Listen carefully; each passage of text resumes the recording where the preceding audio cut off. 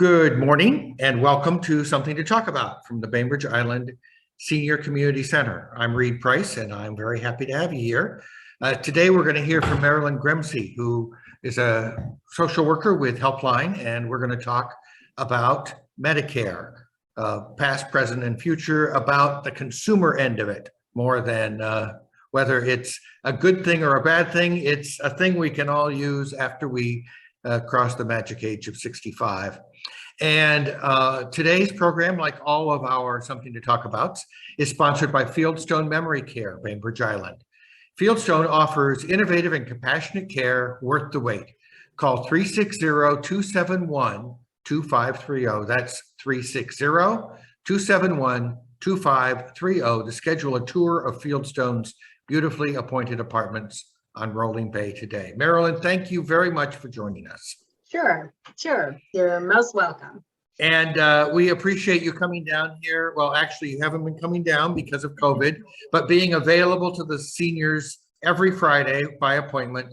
And right now it's on Zoom, but we hope that within the next season, we'll be able to see you in person again. Absolutely. So you have training, State Health Insurance Benefit Advisor training, SHIBA training. Can you tell us what that is and Sure. and what you've learned in a nutshell through that? Okay. So the shorthand for the State Insurance Benefits Health Insurance Benefits Advisor training is called SHIBA. Maybe you've heard of that. SHIBA is through the Office of the Insurance Commissioner. So the big takeaway about the organization that I got my training through is that SHIBA is part of Washington State, and it's an impartial advising and education arm of the Insurance Commissioner's office. So we don't sell anything, we only do education. And you do that both for people who are getting ready to go on to Medicare and people, and do you also offer some support around Medicaid as well? So yes, the short answer is yes. We help people get on Medicare, and we help people assess whether they're on the right Medicare program. And we'll talk a little bit more about that in a bit. People who do have a low income, I can help assess whether the state can help pay for their Medicare premiums, co-pays, and so forth. And that is the Medicaid part of Medicare. Known in this state as AppleCare, right? Well, AppleCare is for people who are 64 or younger. Oh, okay. Yeah, so Medicaid is a federal program. Because Medicare is a federal insurance program, Medicaid is the agency, but it's all run through Washington State. Okay, so you have and are planning to have done programs for people who are getting ready to be eligible for Medicare. Yes. Tell us a little bit about what kinds of things are covered in those presentations. Okay, so yeah, I do these fairly regularly, about once a quarter, and we have one coming up October 1st. And getting ready for Medicare is a general education and orientation to Medicare. It's like, what is Medicare? What in the heck does Part A, B, C, D, and all of that mean? It's getting an orientation to the terminology and the catchphrases that you might hear when you're talking about Medicare. So it gives you a language and a context for what decisions you might have to make. So it's kind of an introduction, if you will. Yeah, and from personal experience, I can say that it seems more complicated at first, and after you start to get involved, it makes it a little easier. And having your assistance in figuring out that nomenclature was absolutely essential. Yes, I do find I get almost always I get the comment that, oh, now at least I understand what questions I need to ask. Because a lot of people come into Medicare with no experience whatsoever. So that's really helpful generally. Yeah, and in this country, we have this complicated setup where you may have been getting insurance pretty much through an employer, and it's pretty simple or straightforward, or at least the choices are, take a right or a left, use use an HMO or a PPO, and then it's like you're on your own. And suddenly it looks like there are a lot more choices to somebody when they are transitioning to Medicare. Yes, and I think initially it looks like that to a lot of people who are unfamiliar, but I have a way of simplifying it to understand that the questions narrow the decisions you have to make. So that's generally really helpful. So I know that there are some basic parts of Medicare that pretty much everybody is going to participate in, and then there are some choices about secondary parts of the coverage. Can you just kind of lay that out for us? Yeah, so depending on the overall choice, the first choice people make is what they call original Medicare or a Medicare Advantage plan. The Medicare Advantage plans are exactly what you were just talking about, PPOs and HMOs. So that's one way to go. Original Medicare is broader and then requires taking a look at your prescription medication plan. So there are some pieces to it, but one decision leads to the next. So a lot of people have, when they have original Medicare, they also will have what's called a supplemental program. Yes. What's that? Okay.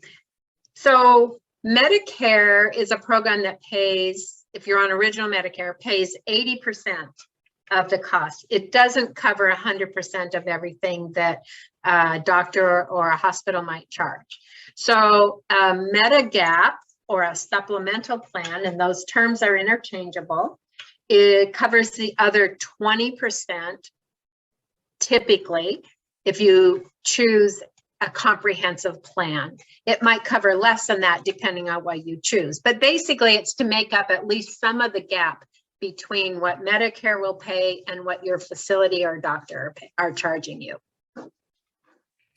And if you make that decision, that you aren't locked into it forever, right? You have an option once a year to review that.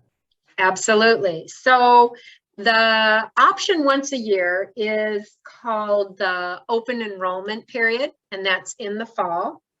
And that's a time that you can review your coverage to determine whether you're in the best plan for your current circumstances. You may have made a decision a decade ago, and maybe that isn't the best fit any longer. And so you do have an opportunity once a year to take a look at that and see if there's something that might be a better fit. We're coming up on that period very soon. It opens October 15th. It'll go through December 7th. So there's a few weeks to take advantage of that. But then the window will close and it'll be another year before it'll be open again. Okay, and then if you are just turning 65, there's another date or timeline you might want to keep in your mind, right? Right, exactly. To get enrolled. To get enrolled, that's a 7-month window, actually. You have an opportunity to get into Medicare the 3 months before your 65th birthday, the month of your 65th birthday, or 6 months after. If you delay, however, to your birthday month or later, it will delay when your coverage starts. So if you're losing coverage at age 65, the 3 months before the month of your birthday is what you're going to want to look at. And that was my situation last year. And because I was paying for insurance on the open market, I was ready to have a little lower premium. So, so I moved as fast as I could to try to do that. Absolutely. Yep. Good plan.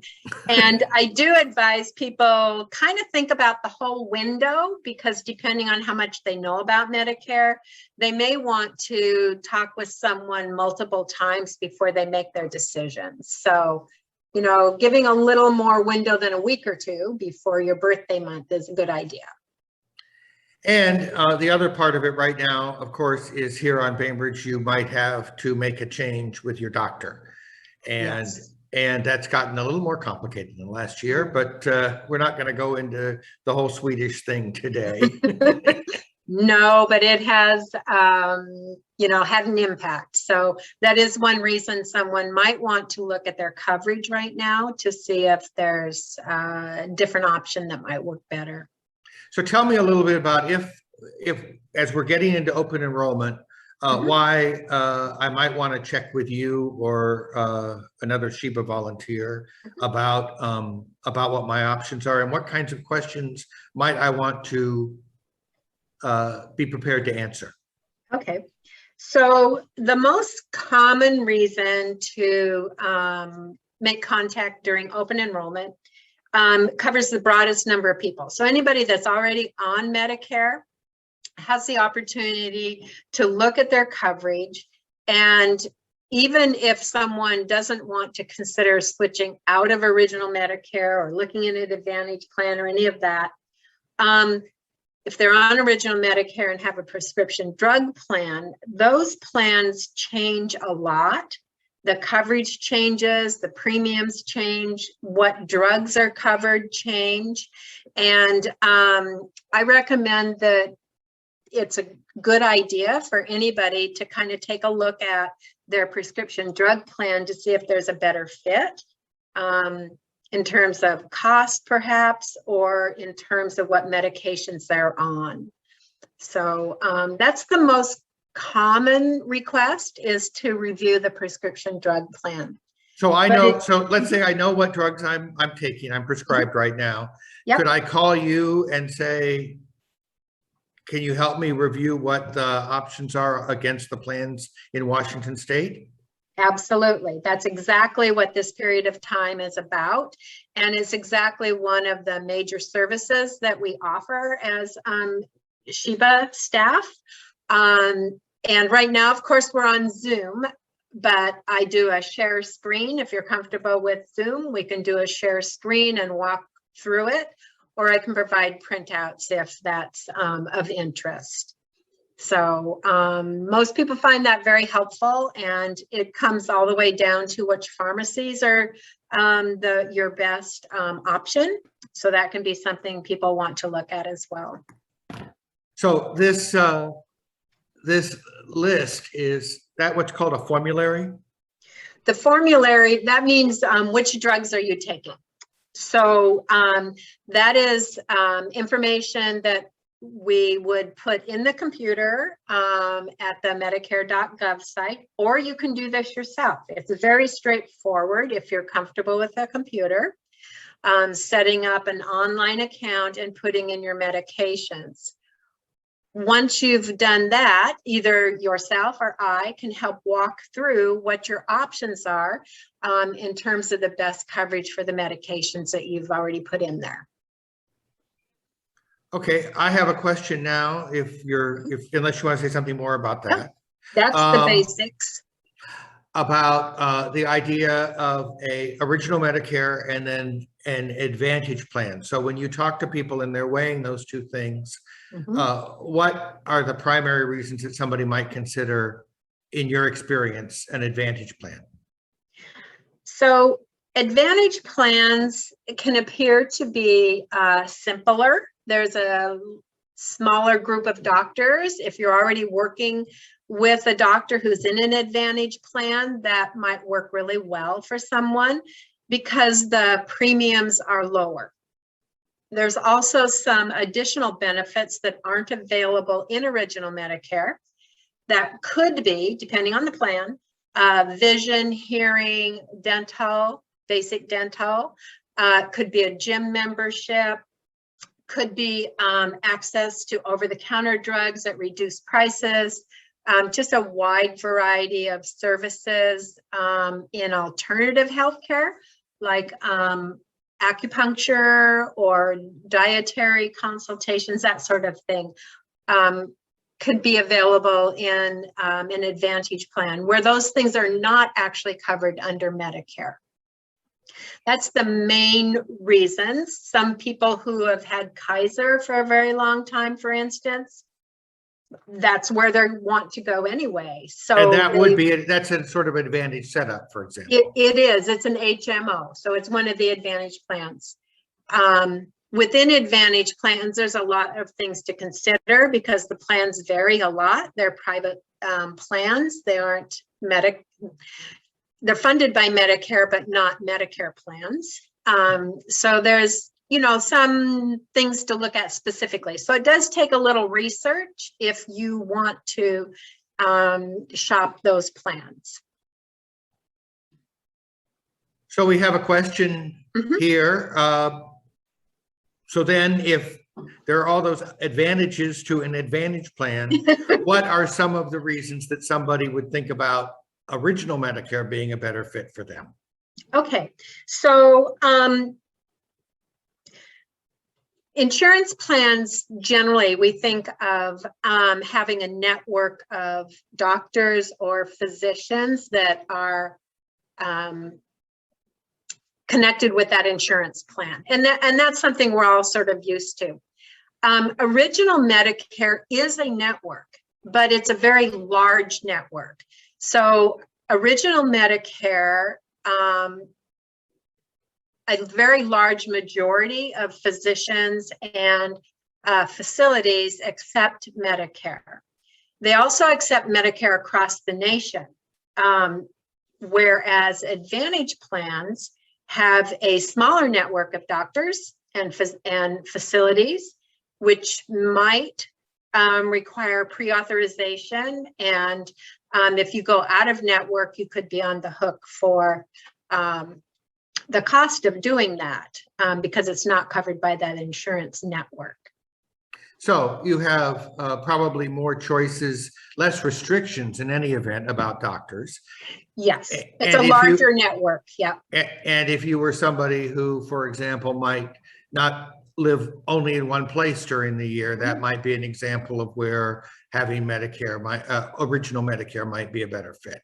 Absolutely. And Absolutely. you are willing to sit down and talk with people about this, right? Oh, that's definitely one of my services. I do one-on-one consultations as well as the general education.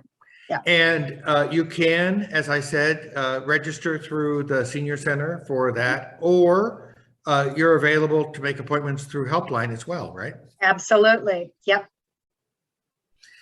If there are any other questions, I would love to have people either raise their hand or open their microphone and ask what's on your mind today. Let's also just talk a little bit about what's going to happen on October 1st. So what you're going to cover in that. I guess we said a little bit about that, but you're doing a program through the Senior Center that afternoon. I am.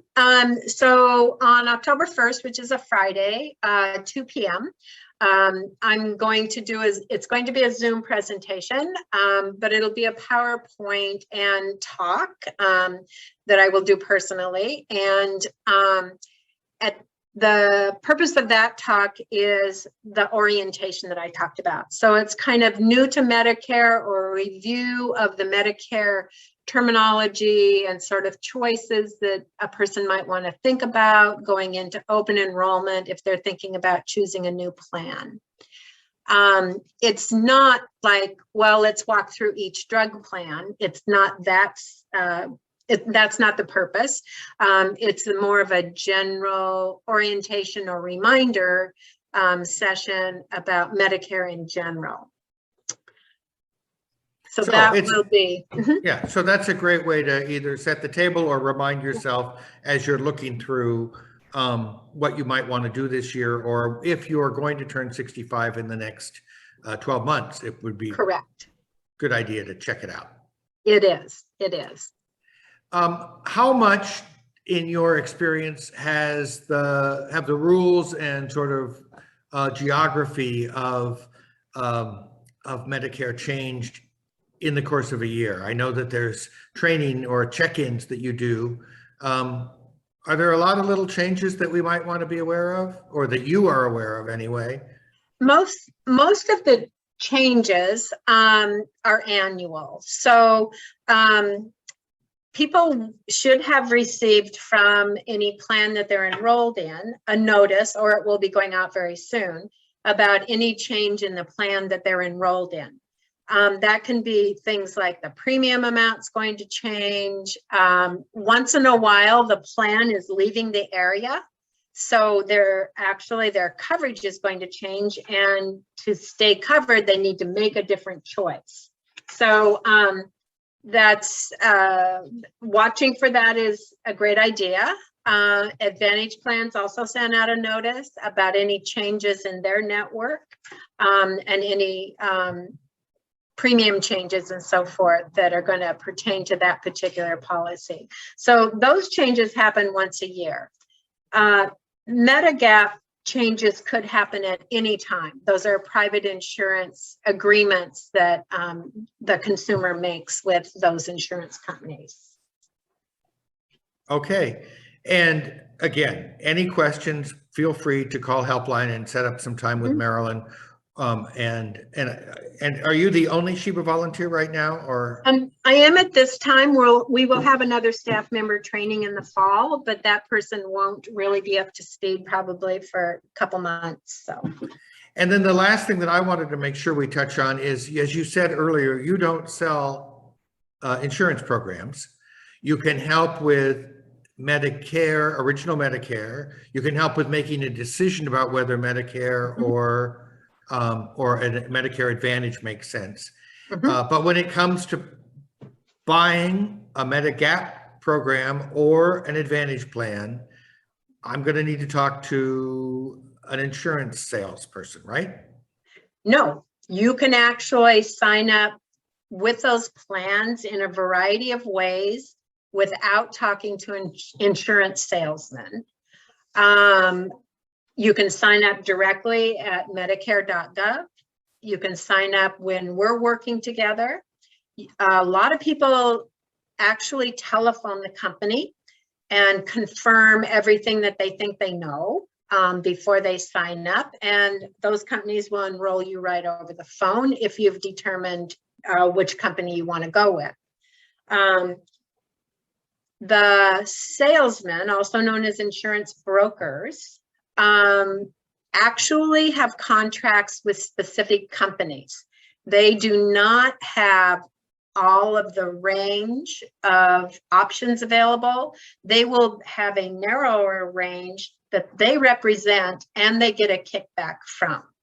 So even the very the good brokers, the ones that are responsible and so forth, that are not trying to fraudulently take advantage of anyone, still have a narrower range of options. Now, those options might work for you, and you might like working with one of those folks. There's nothing wrong with that. It's not going to affect your coverage in any way, but it will be a more narrow range of options. You can always take my orientation to kind of get the broad view and then decide how you want to proceed. People do that too. The important thing, I think, is to be aware that there are unscrupulous people who will prey on folks eligible for Medicare at this time. Well, I will say that just like right after many years ago, we had a baby, we started to get all these diaper ads. When I got to be about 64 3/4, my mailbox got stuffed with all these people who were offering to immediately sign me up for a Medicare plan.